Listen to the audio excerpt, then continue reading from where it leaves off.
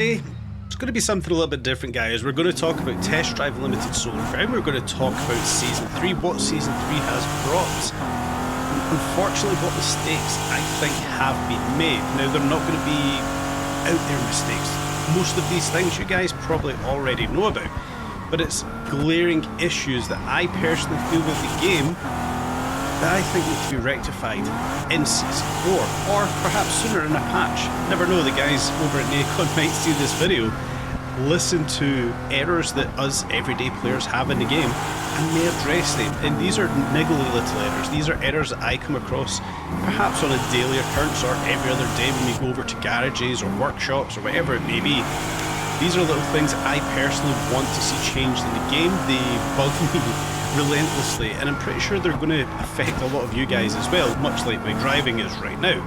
So it's not to bash the game, I want to be perfectly clear. It's improvements that I personally feel that could be made, and they're very minor, but they're going to be big improvements for the game for the everyday player. First of all, I'm going to head over to the Sharps HQ. I'm of course a member in Sharps, I'm not Street Sim Sharps, it's the one I chose to go with. And when we come over to the HQ itself, I find a lack of engagement here. More importantly, it's how we actually approach the HQ. When we do come around the back here, we can see that there is an entranceway, there is a garage door right here. Why is this not being used? Why is this not where we have to come? Instead of going to the front door and having a generic, cross screen to enter into the building, why can't we come here, drive into the garage, park the car and walk in? Well, that's one thing I personally think would be a big improvement for the game, would be more engaging. Rather than just coming in through the front door where there's a lack of movement. Then when we come inside, we can see that we have got the Porsche Taycan here, which is leading off, the Frim Challenge that is there. Turn around and we can see the current Frim Challenge battle board. Now they're all fine, but there's a lack of interaction there. We should be able to perhaps open up that leaderboard. Then we come over to this guy, Hideki Kato. There's two different screens we come to, and there needs to be more. I come here once a week perhaps, and I collect the rewards that we get here from Hideki Kato, and it's the same script every single time unless we come to this screen where we've already claimed. For me, it just needs to be refreshed. Now perhaps this comes with the clan battles when that lands, that's fine, but there should be more than one transcript per event, whether you're here to harvest money or not. It needs more engagement.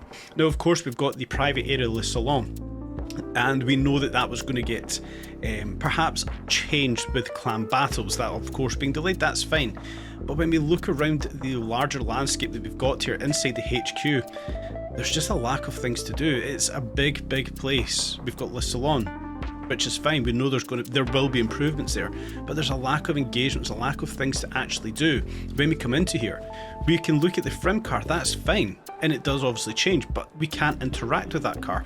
Would it not be a good idea to be able to interact with that person's car? Who is it? It's Leon. To open the doors, look at the interiors, walk around the car, start it up. Then we find that guy, and it took me ages to actually find him. This is where we find the new wheels that we have got for the Sharp store. And there's a big problem here. The wheels look great, I love the wheels, but I can't actually see what they look like on my car. And it's a big problem. I need to see what these wheels look like, zooming back to actually see what they look like on the car. When we're looking through these wheels, why are we not looking at them on this turntable or potential turntable? We should be able to see what the car will look like with the different style of wheels that we are selecting. And it's been an issue since day one that we can't physically see what these wheels look like. And I know I said I wasn't going to come back to number plates, but I have to come back to it again. Now I'm in a Bentley GT Continental, which is a luxury car, which you should have as a Sharp. But I can't actually fit these plates to this car. I can't fit any plate to this car in particular. I'm not going to get too much into it, but the cost of the plates themselves, 50,000 credits is the cheapest, and a whopping 500,000 credits for the Sharps logo and triangle border registration plate. Why on earth is a registration plate 500 grand? Why is it even 50 grand? This is far too expensive for a registration plate. I'm going to quickly jump over into the normal workshops here, and we can see it doesn't just stop with the Sharps selected ones. These are the generic number plates, and the cheapest one we can fit to a vehicle is 40,000 credits for a white plate with a couple of logos on it. Now it's the same with the yellow, the black, the blue, the green, whatever else. 40, 60,000 credits, all the way down to a staggering 350,000 credits. Now, I know we have to pay for things, but the fact that a registration plate's 350 grand, the most expensive letters 100,000, that's 500,000 credits for a registration plate, guys. When we take that into comparison to an exhaust system, the Super Sport is 13,000. Why is the cheapest registration plate almost 3 times as dear as an exhaust, twice as dear as a bi-turbo upgrade for the Nissan 370Z? What else can we associate this with? A long gearbox, a performance gearbox is 21 grand. Why is a number plate in its cheapest format 40,000 credits? Aerodynamic upgrades, 13 grand. Chassis upgrades, 13 grand. Why is a number plate so goddamn expensive? We should not be paying through the arse for 350, 100,000 for a registration plate. It almost feels like we're being punished to customize the cars. I get that we have to pay for it, but in my opinion, the most expensive number plate should probably be about 10,000 credits. You guys let me know, that might be a hot take, but that's my honest thought. But it does feel like, to an extent, we're getting punished to customize the car. Now, again, we can see the selection of wheels, and I really like the selection of wheels that we do have for the most part, but we can't see what they look like on the car. We can get a better idea of the interiors, but we should be able to move about to see what this looks like in the game, and these are minor improvements that would change this game drastically, in my opinion. But I've kind of mentioned there that, you know, it does feel like, to an extent, we are slightly being punished for wanting to change our cars. The 370Z I obviously built a livery for. I love building liveries in this game, and as we go in to edit this one and we apply a sticker just here, what will we, we'll stick a sticker on the left hand side of the car just now, why not, and we'll take one of the gold crowns. Okay, it's just a generic sticker, however much that would cost in real life, and we'll stick it up here on the rear left quarter panel. Where will we place it? Yeah, we'll stick it in and around about there, okay? We just want to stick one sticker on the vehicle. Perhaps we've just unlocked it. 30,000 credits to apply one sticker to the vehicle. This is just not it. This cannot be the case. That must be changed. 30,000 credits to apply one single sticker to a livery. But it doesn't just stop there. Let's just say we wanted to quickly come in and paint the vehicle, the under layer that I've got here, let's just stick it green so it kind of stands out. I'll never paint it green because it looks awful. But when we want to apply the paint and the sticker, it's still 30,000. So regardless of what it is you're doing, let's just say we built that livery and we wanted to make a minor tweak, it would still cost 30,000. So regardless of what upgrades we're doing in terms of that livery,